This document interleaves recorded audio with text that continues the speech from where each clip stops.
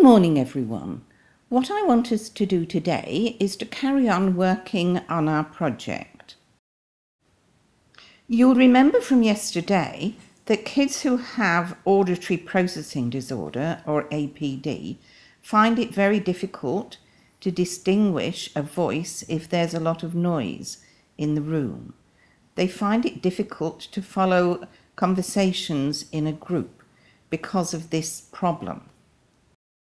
This is called poor auditory discrimination.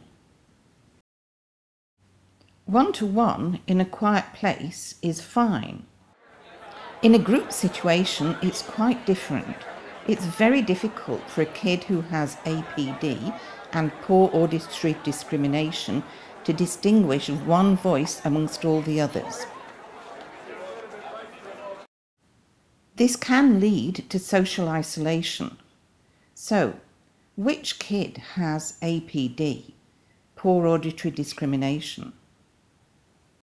Poor auditory discrimination is also a hallmark characteristic of dyslexia.